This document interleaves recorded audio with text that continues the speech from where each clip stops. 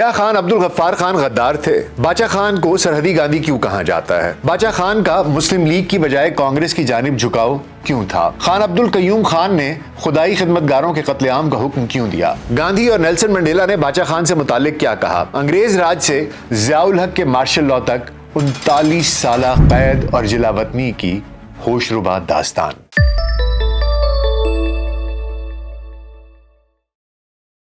VLC pod cost میں doctor ناصر bag کے ساتھ آپ کی خدمت میں حاضر ہیں۔ خان عبد الغفار خان، جن کا تعلق پختونوں کے محمد زئی قبیلے سے ہے، وہ چارسدہ کے نواحی گاؤں اتمن زئی میں 1890 میں بہرام خان کے ہاں پیدا ہوئے۔ ان کے والد علاقے کے بڑے زمیندار اور خان تھے۔ خان عبد الغفار خان کی 5 اولادیں تھیں، جن میں سے 3 بیٹے اور 2 بیٹیاں ہیں۔ ان کے بڑے بیٹے کا نام عبد العلی خان، دوسرے کا نام عبد الغنی خان، جبکہ تیسرے بیٹے کا نام عبد الولی خان تھا، جو بعد میں ان کے سیاسی جانشین بھی بنے۔ باچا خان نے اپنی ابتدائی تعلیم Edward mission high school Peshawar سے حاصل کی۔ بعد میں ان کے والد نے انہیں اعلیٰ تعلیم کے لیے انگلستان بھیجنا چاہا، لیکن والدہ نے اجازت نہ دی۔ وہ انگریز کی فوج میں بھی بھرتی ہوئے، لیکن انگریز کے پختونوں کے خلاف مظالم اور ہندوستان پر زیادتیوں کے باعث جلد ہی فوج چھوڑ دی۔ خان عبد الغفار خان نے اپنے سیاسی سفر کا آغاز سن 1919 میں رولٹ ایکٹ کی تحریک کے ذریعے کیا۔ رولٹ ایکٹ کے خلاف تحریک چلانے کی پاداش میں انگریز سرکار نے انہیں 6 ماہ قید کی سزا سنائی، جو باچا خان کی سیاسی زندگی کی پہلی سزا تھی۔ سن 1920 میں باچا خان نے تحریک ہجرت میں شمولیت اختیار کی اور افغانستان منتقل ہو گئے، لیکن جلد ہی یہ تحریک دم توڑ گئی اور باچا خان واپس اپنے آبائی گاؤں اتمن زئی آ گئے۔ 1921 میں باچا خان نے اپنے گاؤں میں ایک دینی مدرسے کی بنیاد رکھی، جہاں انہوں نے علاقے کے بچوں کو تعلیم کے زیور سے آراستہ کرنا شروع کر دیا۔ عام پختونوں کے نزدیک یہ ایک دینی مدرسہ تھا، لیکن انگریز سرکار کے نزدیک یہ باغیوں کی نرسری تھی، جہاں قوم پرستی کا زہر نئی نسل کی رگوں میں اتارا جا رہا تھا۔ اس وقت کے انگریز کمشنر نے باچا خان کے والد کو بلایا اور انہیں یہ مدرسہ بند کرنے کا حکم دیا، لیکن انہوں نے مدرسہ بند کرنے سے صاف انکار کر دیا۔ سن 1921 میں ہی تحریک خلافت شروع ہوئی تو صوبہ سرحد سے باچا خان نے اس میں بڑھ چڑھ کر حصہ لیا، جس پر انگریز سرکار نے انہیں 3 سال کے لیے پھر سے قید کر دیا۔ سن 1924 میں باچا خان رہا ہوئے تو وہ اس نتیجے پر پہنچ چکے تھے کہ ان کے صوبے میں کوئی بھی سیاسی تحریک کامیاب نہیں ہو سکتی، لہٰذا انہوں نے انجمن اصلاح افغان کے نام سے ایک اصلاحی تحریک کی داغ بیل ڈالی، جس کا مقصد پختون مسلمانوں کی اصلاح اور معاشرے میں غلط رسومات کا خاتمہ تھا۔ سن 1926 میں انہوں نے کارکنوں کے ہمراہ کلکتے کا دورہ کیا اور کانگریس کے اجلاس میں شرکت کی۔ سن 1929 میں جب لاہور میں آل انڈیا کانگریس کا اجلاس ہوا تو باچا خان نے اس میں بھی شرکت کی۔ سن 1930 میں باچا خان نے خدائی خدمتگار تحریک کا آغاز کیا۔ اسی سال گاندھی نے ہندوستان میں ستیہ گرہ تحریک کا آغاز کیا تو باچا خان نے ہزاروں کارکنوں کے ہمراہ نمک کا قانون توڑ کر اس میں حصہ لیا۔ 23 اپریل سن 1930 کو خدائی خدمتگاروں نے پشاور میں جلوس نکالا۔ جلوس کے شرکاء جب قصہ خانی بازار پہنچے تو انگریز سرکار نے نہتے اور پرامن کارکنوں پر اندھا دھند فائر کھول دیا۔ انگریز سپاہی 4 گھنٹے تک گولیاں برساتے رہے، جس کے نتیجے میں سینکڑوں لوگ مارے گئے۔ انگریز سرکار نے صرف 57 مقتولوں کے نام ظاہر کیے، 38 لاشوں کو نامعلوم قرار دے کر دفنا بھی دیا گیا۔ 550 افراد زخمی ہو کر ہسپتالوں میں پہنچ گئے۔ پختون بدلہ لینا چاہتے تھے، اسلحہ بھی وافر تھا اور افرادی قوت بھی۔ حالات بھی باچا خان کے حق میں تھے، لیکن اس کڑے وقت میں بھی انہوں نے تشدد کا سہارا نہ لیا اور عدم تشدد کی راہ پر گامزن رہے۔ اپریل سن 1930 کو انگریز سرکار نے باچا خان کو گرفتار کر کے جیل بھجوا دیا۔ باچا خان نے قصہ خانی بازار میں انگریز کے ڈھائے گئے مظالم کے خلاف ہندوستان بھر کے مسلم جماعتوں اور تنظیموں سے حمایت حاصل کرنے کے لیے اپنے پیروکاروں کے وفود بھیجے، لیکن سوائے گاندھی کے انہیں کسی مسلم رہنما یا جماعت کی جانب سے پذیرائی نہ مل سکی۔ شاید یہی ایک ٹرننگ پوائنٹ تھا جس کا نتیجہ یہ نکلا کہ خدائی خدمتگار تحریک بجائے مسلم لیگ کے کانگریس کے قریب ہو گئی۔ 11 مئی سن 1930 کو ہندوستان میں سول نافرمانی تحریک شروع ہوئی تو صوبہ سرحد میں باچا خان کے پیروکاروں نے بھی اس میں بڑھ چڑھ کر حصہ لیا۔ انگریز سرکار نے بھی اپنی روایات برقرار رکھی اور پرامن مظاہرین پر ایک مرتبہ پھر گولی چلا دی، جس سے 70 سے زائد کارکنان شہید ہو گئے۔ ابھی ان شہداء کا کفن بھی میلا نہ ہوا تھا کہ 26 مئی سن 1930 کو ایک انگریز افسر نے سردار گنگا سنگھ نامی ایک سرکاری ملازم کو اس کی بیوی اور 2 بچیوں سمیت بھرے بازار میں گولی مار دی۔ گنگا سنگھ کی آخری رسومات میں ہزاروں افراد جلوس کی شکل میں نکلے تو انگریز فوج نے راستے روک دیے۔ 10 مارچ سن 1931 کو گاندھی ارون معاہدہ ہوا، جس کے تحت تمام سیاسی قیدیوں کو رہائی مل گئی، لیکن باچا خان کو رہا نہ کیا گیا۔ گاندھی نے لارڈ ارون سے ملاقات کی اور ان سے باچا خان کی رہائی کا مطالبہ کیا اور انکار کی صورت میں معاہدہ توڑنے کی دھمکی بھی دی۔ اس ملاقات کے بعد گاندھی جیل میں باچا خان سے ملنے بھی گئے اور انہیں انگریزوں کی شرائط بتائیں کہ وہ چاہتے ہیں کہ آپ اپنی خدائی خدمتگار تحریک کانگریس میں ضم کر دیں۔ باچا خان اس پر تیار نہیں تھے، لیکن صوبہ سرحد کے ایک اور لیڈر خان عبدالقیوم خان نے انہیں پختون ولی کا واسطہ دے کر منا لیا اور یوں خدائی خدمتگار تحریک کانگریس میں ضم ہو گئی۔ گجرات جیل سے باچا خان جب قافلے کی صورت میں پشاور پہنچے تو ان کا فقید المثال استقبال کیا گیا۔ یہ وہ موقع تھا جب باچا خان کو سرحدی گاندھی کا خطاب ملا۔ باچا خان نے آل انڈیا کانگریس کے پلیٹ فارم سے سیاسی جدوجہد شروع کر دی، لیکن کچھ ہی عرصے کے بعد انہیں دوبارہ جیل بھیج دیا گیا۔ ان کی رہائی کے لیے صوبے بھر میں ان کے پیروکاروں اور کانگریس کے کارکنوں نے متحد ہو کر زبردست مہم چلائی۔ 15,000 کارکن جیلوں میں جا پہنچے۔ سن 1932 سے سن 1934 تک باچا خان ہزارہ جیل میں پابند سلاسل رہے، لیکن رہائی کے بعد ان کے سرحد اور پنجاب داخلے پر پابندی لگا دی گئی، جس پر وہ گاندھی کے پاس چلے گئے۔ سن 1935 میں انگریز نے ہندوستان کو صوبائی خود مختاری دی تو ڈاکٹر خان صاحب اور باچا خان پر پابندی ختم ہو گئی۔ ڈاکٹر خان صاحب واپس سرحد آ گئے، لیکن باچا خان نے وہیں رہ کر اپنی جدوجہد جاری رکھی۔ بمبئی میں سودیشی نمائش کے افتتاح کے موقع پر انہوں نے ایک دھواں دار تقریر کی اور اسی تقریر کے جرم کی پاداش میں انگریز سرکار نے ان کے خلاف بغاوت کا مقدمہ چلا دیا اور 3 سال کے لیے انہیں پھر سے جیل بھیج دیا۔ رہائی کے بعد باچا خان سن 1937 میں واپس وطن پہنچے تو اٹک میں ان کا شاندار استقبال کیا گیا اور جلوس کی صورت میں انہیں پشاور لایا گیا۔ سن 1939 میں دوسری جنگ عظیم شروع ہوئی تو کانگریس نے اس کی مشروط حمایت کی، جس پر باچا خان ناراض ہو گئے اور انہوں نے کانگریس سے علیحدگی اختیار کر کے دوبارہ خدائی خدمتگار تحریک کے لیے کام شروع کر دیا۔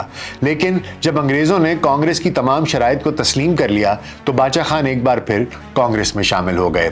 8 اگست سن 1946 کو کانگریس نے جب ہندوستان چھوڑ دو کی قرارداد پاس کی تو انگریز سرکار نے ہندوستان بھر میں گرفتاریاں شروع کر دیں۔ سرحد میں بھی پکڑ دھکڑ شروع ہو گئی اور باچا خان ایک مرتبہ پھر جیل جا پہنچے۔ متحدہ ہندوستان میں ان کی یہ 7ویں اور آخری گرفتاری تھی۔ ان 7 گرفتاریوں کا دورانیہ 14 سال 6 ماہ اور 9 دن بنتا ہے، جو پاکستان بننے سے پہلے کا ہے، اور پھر ہندوستان تقسیم ہو گیا۔ اگرچہ باچا خان متحدہ ہندوستان کے کٹر حامی اور تقسیم کے شدید مخالف تھے، لیکن جب کانگریس کی مرکزی کمیٹی نے تقسیم کے فیصلے کی توثیق کی تو وہ بھی راضی ہو گئے۔ نہ صرف پاکستان سے وفاداری کا حلف اٹھایا بلکہ قائد اعظم سے ملاقات کر کے انہیں پشاور کے دورے کی دعوت بھی دی۔ لیکن قیام پاکستان کی پہلی سالگرہ سے پہلے ہی باچا خان کا نیا سیاسی امتحان شروع ہو گیا۔ یہ بات ہے اگست سن 1948 کی۔ ریاستی سطح پر فیصلہ یہ ہوا کہ آزادی کی پہلی سالگرہ 14 اگست سن 1948 کو منائی جائے گی۔ اس سالگرہ سے صرف 2 روز قبل موجودہ صوبہ خیبر پختونخوا اور اس وقت کے صوبہ سرحد کے شہر چارسدہ کے گاؤں بابڑا سے اطلاع آئی کہ صوبے کے وزیر اعلیٰ خان عبدالقیوم خان کی حکومت کی ایک مبینہ کارروائی کے نتیجے میں 600 سے زائد خدائی خدمتگار ہلاک کر دیے گئے ہیں۔ یہ خدائی خدمتگار خان عبدالغفار خان کی گرفتاری کے خلاف احتجاج کرنے کے لیے جمع ہوئے تھے۔ اس واقعے کے اسباب اور عوامل جاننے کے لیے ہمیں ایک بار ماضی میں کچھ پیچھے جانا پڑے گا۔ ہوا کچھ یوں کہ سن 1937 میں صوبائی اسمبلیوں کے انتخابات کے بعد گورنر سرحد نے صاحبزادہ عبدالقیوم کو صوبے کا وزیر اعلیٰ بنا دیا تھا، مگر جلد ہی عدم اعتماد کی ایک تحریک کے ذریعے ان کی وزارت کا خاتمہ ہو گیا اور صوبہ سرحد میں پہلی مرتبہ باچا خان کے بھائی خان عبدالجبار خان المعروف ڈاکٹر خان صاحب کی قیادت میں خدائی خدمتگار تحریک کی وزارت قائم ہوئی۔ سن 1939 میں جنگ عظیم دوم سے متعلقہ انگریز کی پالیسی کے خلاف جب ہندوستان کی 8 صوبوں کی وزارتوں نے احتجاجاً استعفیٰ دیا تو ان میں صوبہ سرحد کی ڈاکٹر خان صاحب کی وزارت بھی شامل تھی۔ دوسری جنگ عظیم کے خاتمے کے بعد صوبہ سرحد میں ایک مرتبہ پھر خدائی خدمتگار تحریک کی وزارت قائم ہوئی اور ڈاکٹر خان صاحب ایک مرتبہ پھر صوبے کے وزیر اعلیٰ بن گئے۔ ڈاکٹر خان صاحب ہی کے دور میں صوبہ سرحد میں پاکستان میں شمولیت اور عدم شمولیت کے سوال پر ایک ریفرنڈم بھی منعقد ہوا تھا۔ خدائی خدمتگاروں کا مطالبہ یہ تھا کہ ریفرنڈم میں ایک تیسرا آپشن بھی رکھا جائے اور وہ آزادانہ اور خود مختار پختونستان کا تھا، لیکن انگریز سرکار نے ان کا یہ مطالبہ رد کرتے ہوئے اسے تسلیم نہیں کیا، جس پر خدائی خدمتگار تحریک نے اس ریفرنڈم کا بائیکاٹ کر دیا اور نتیجتاً مسلم لیگ یہ ریفرنڈم بآسانی جیت گئی اور صوبہ سرحد پاکستان میں شامل ہو گیا۔ پاکستان کے قیام کے وقت ڈاکٹر خان صاحب صوبہ سرحد کے وزیر اعلیٰ تھے، مگر فقط 8 دن بعد یعنی 22 اگست 1947 کو قائد اعظم نے ان کی وزارت کو برطرف کر دیا۔ ان پر الزام تھا کہ انہوں نے 15 اگست 1947 کو پاکستان کا جھنڈا لہرانے کی تقریب میں شرکت نہیں کی اور اس سے انہوں نے پاکستان کا وفادار نہ ہونے کا ثبوت دے دیا ہے۔ ڈاکٹر خان صاحب کی حکومت کی برطرفی کے بعد خان عبدالقیوم خان صوبے کے وزیر اعلیٰ بنا دیے گئے۔ اپنی صوبائی حکومت گرائے جانے کے باوجود باچا خان نے پاکستان کی نئی حکومت کے خلاف مشکلات کھڑی نہ کرنے کا اعلان کیا۔ یہی نہیں بلکہ مارچ 1948 میں باچا خان نے دستور ساز اسمبلی کے اجلاسوں میں بھرپور شرکت بھی کی۔ ان اجلاسوں میں پاکستان سے وفاداری کا اعلان کرتے ہوئے انہوں نے اپنے اس عزم کو دہرایا کہ ان کا پروگرام تخریبی نہیں تعمیری ہے اور خدائی خدمتگار تحریک بنیادی طور پر اصلاحی اور سماجی تحریک ہے، جسے انگریزوں نے سیاسی عمل اور کانگریس کے ساتھ اشتراک کی جانب دھکیل دیا تھا۔ اپنی ذات سے متعلق شکوک و شبہات دور کرنے کے لیے باچا خان نے قائد اعظم سے ملاقات بھی کی، لیکن اپریل میں جب بانی پاکستان پشاور گئے تو چند سیاسی طالع آزماؤں نے ان کے کان میں یہ ڈال دیا کہ باچا خان اور ان کی تنظیم کے لوگ قابل اعتماد نہیں ہیں۔ اس ملاقات کے حوالے سے باچا خان نے اپنی آپ بیتی میں لکھا ہے کہ جب میں گورنمنٹ ہاؤس میں قائد اعظم کے پاس گیا اور دعوت نامہ لے کر گیا کہ وہ خدائی خدمتگاروں کی طرف سے دی جانے والی ایک تقریب میں شمولیت فرمائیں تو قائد اعظم نے باچا خان کی اس دعوت نامے پر ہچکچاہٹ کا اظہار بھی کیا اور بقول باچا خان کے وہ جو کہ حکومت کے ساتھ مفاہمت کے لیے کوشاں تھے الٹا حکومت کے ماتوب بن گئے اور خان عبدالقیوم خان کو ماضی کا حساب برابر کرنے کا ایک موقع مل گیا اور وہ ایک آمر مطلق بن کر انتقامی کارروائیوں میں مصروف ہو گئے۔ 8 مئی 1948 کو باچا خان نے کراچی میں سیاسی کارکنوں کے ایک اجلاس میں شرکت کی، جس میں ایک نئی سیاسی تنظیم پیپلز پارٹی کو تشکیل دینے کا اصولی فیصلہ کر لیا گیا۔ یہ پارٹی ایک آئینی اپوزیشن کی صورت پوری کرنے کے لیے تشکیل دی جا رہی تھی۔ باچا خان کے دیگر ساتھیوں میں جی ایم سید اور عبدالصمد خان اچکزئی بھی شامل تھے۔ غفار خان اس نئی تنظیم کے صدر اور جی ایم سید جنرل سیکرٹری چنے گئے۔ یہ فیصلہ بھی ہوا کہ خدائی خدمتگار تحریک کا اپنا ایک الگ تشخص اسی طرح سے قائم رہے گا اور یہ نئی سیاسی جماعت کے لیے والنٹیئر کور کی خدمات انجام دے گی اور اسے تمام صوبوں میں پھیلایا جائے گا۔ اس مقصد کے لیے باچا خان سرحد واپس آئے اور صوبے کا دورہ شروع کر دیا، لیکن 1 ماہ کے اندر ہی 15 جون کو وہ اپنے بیٹے عبدالولی خان اور قاضی عطا اللہ خان سمیت گرفتار کر لیے گئے۔ عبدالصمد خان اچکزئی کو بھی حراست میں لے لیا گیا اور جی ایم سید کو کراچی سے نکال دیا گیا۔ یوں ایک نئی سیاسی تنظیم اپنی پیدائش کے ساتھ ہی دم توڑ گئی۔ جولائی میں صوبہ سرحد کی حکومت نے پبلک سیفٹی آرڈیننس کے ذریعے خدائی خدمتگار تحریک کو بھی خلاف قانون قرار دے دیا۔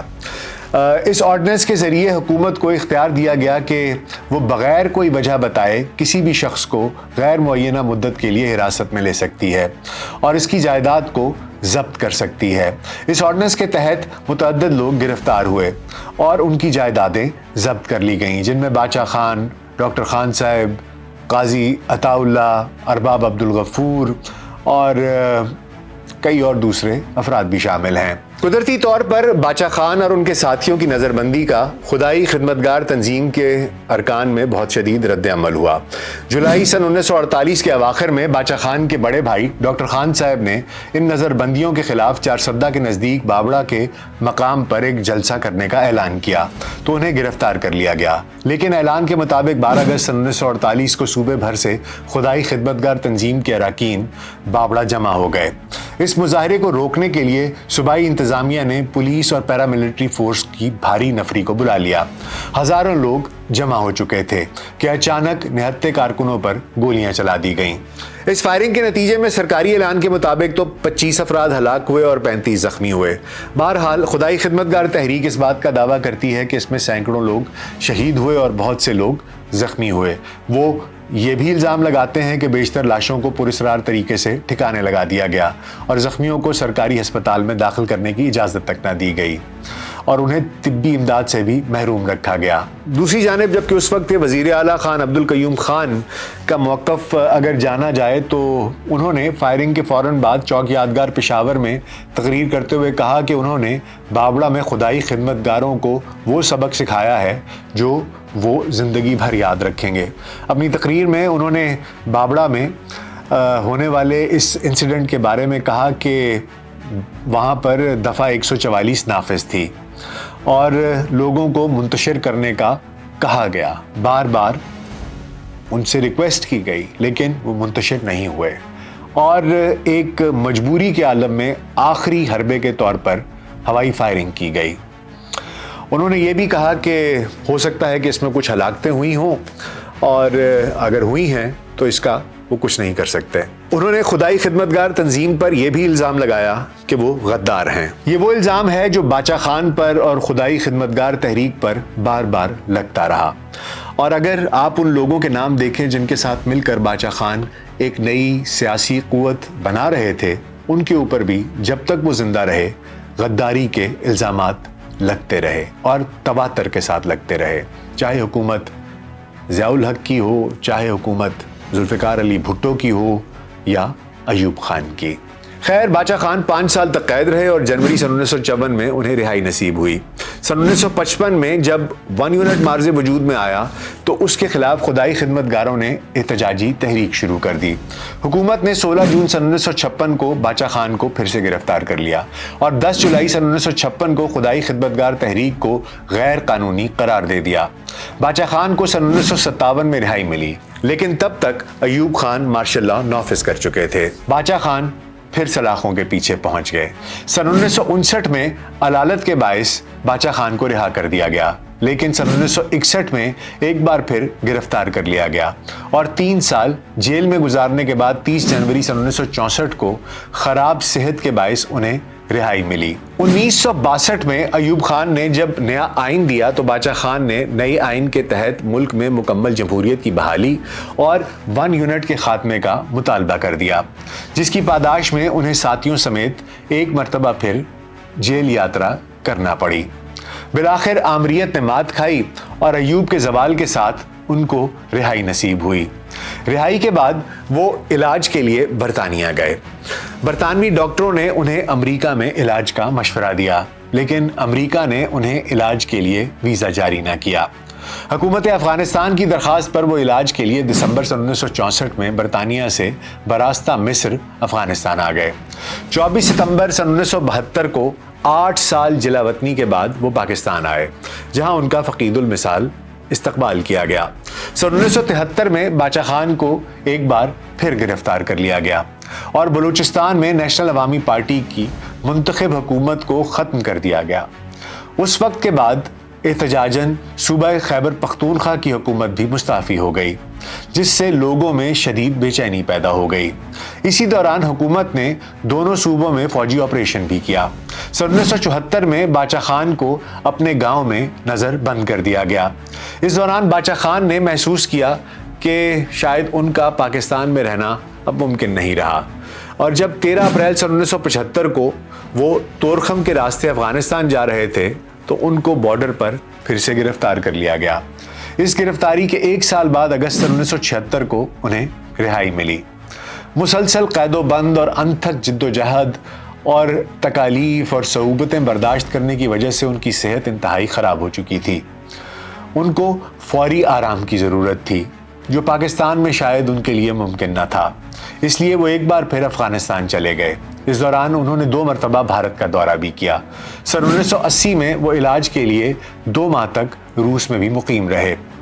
سن 1981 میں وہ پھر بھارت گئے تاکہ وہاں علاج کرا سکیں۔ جنوری سن 1982 میں افغانستان واپس آ گئے۔ اپریل سن 1982 میں باچا خان واپس پاکستان لوٹ آئے، جہاں اس وقت ضیاء الحق کا مارشل لاء نافذ تھا۔ انہوں نے اپنی تحریک کو جاری رکھتے ہوئے عوامی رابطہ مہم پھر سے شروع کی، مگر ضیاء الحق نے انہیں گھر میں نظر بند کر دیا۔ ان دنوں ان کی صحت روز بروز بگڑتی چلی گئی۔ ان کے ایک پاؤں میں ہڈی ٹوٹنے کی وجہ سے شدید تکلیف تھی۔ اس کے علاج کے لیے باچا خان سن 1984 میں چیکوسلوواکیہ بھی چلے گئے۔ زندگی کے آخری دنوں میں انہوں نے کالا باغ ڈیم کے حوالے سے منظم جدوجہد کی۔ خراب صحت اور دونوں ٹانگوں کی معذوری کے باوجود انہوں نے ویل چیئر پر نہ صرف صوبے بھر کا ایک مفصل دورہ کیا بلکہ پنجاب میں میاں والی اور اٹک کے اضلاع کا بھی دورہ کیا۔ سن 1987 میں وہ دہلی کے دورے پر تھے، جہاں 4 جولائی کو اچانک ان پر فالج کا حملہ ہو گیا۔ تقریباً 2 ماہ کومے میں رہے، جس کے بعد انہیں پشاور منتقل کیا گیا، جہاں 20 جنوری سن 1988 کو وہ لیڈی ریڈنگ ہسپتال میں انتقال کر گئے۔ اس عظیم قوم پرست رہنما کو ان کی وصیت کے مطابق افغانستان کے شہر جلال آباد میں دفن کر دیا گیا۔ افغانستان میں اس وقت گھمسان کی جنگ جاری تھی، لیکن ان کی تدفین کے لیے روسی افواج اور افغان کمانڈروں نے متفقہ طور پر اس روز جنگ بندی کی۔ بر صغیر کی آزادی کے بعد خان عبدالغفار خان کو امن کے نوبل انعام کے لیے بھی نامزد کیا گیا تھا۔ وہ پہلے شخص تھے جنہیں بھارتی شہری نہ ہونے کے باوجود سن 1987 میں بھارت کی اعلیٰ ترین سول ایوارڈ بھارت رتن سے نوازا گیا۔ جمہوریت کے لیے ساری عمر پابند سلاسل رہنے والے نیلسن منڈیلا نے ایک مرتبہ کہا تھا کہ انہوں نے حریت کا سبق باچا خان سے سیکھا۔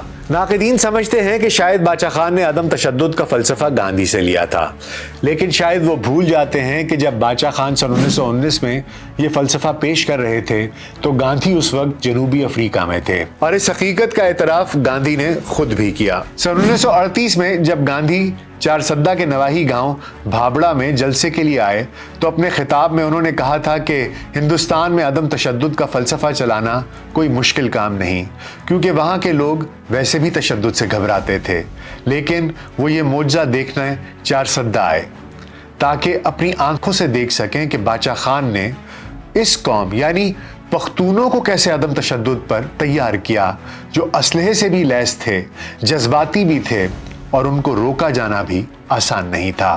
خدائی خدمتگار تحریک کے بانی خان عبدالغفار خان نے اپنے پیروکاروں کو نصیحت کی تھی کہ ہماری جنگ صبر کی جنگ ہے، ہم صبر سے کام لیں گے اور خود کو سپرد خدا کریں گے، اپنے دلوں سے نفاق دور کریں گے، خود غرضی کو جڑ سے اکھاڑیں گے، کیونکہ ہماری بربادی کی بنیادی وجوہات یہی ہیں۔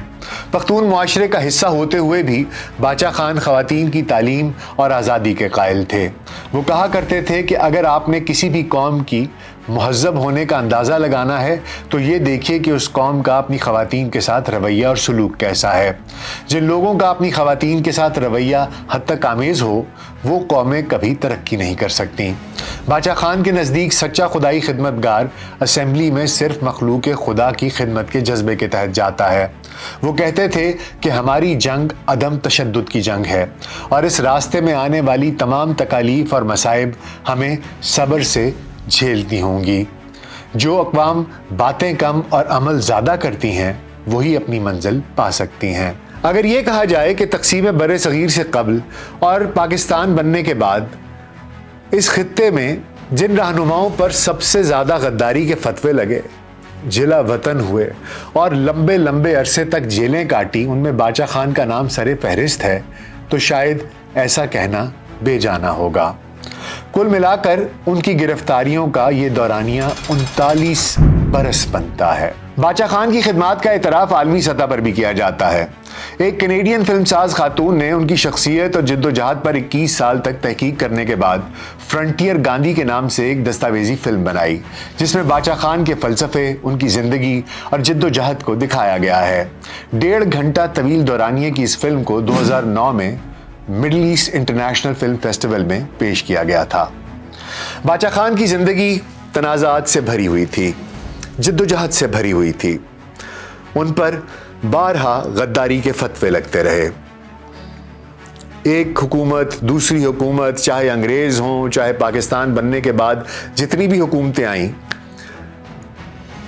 بظاہر ان کی تحریک لگتا ایسے ہے جیسے اصلاحی تحریک تھی، لیکن جتنی بھی حکومتیں آئیں ان سب کو ان کے نظریے سے بہت شدید اختلاف رہا، اور ان کی پاکستان سے وفاداری پر ہمیشہ سے سوال اٹھتے رہے۔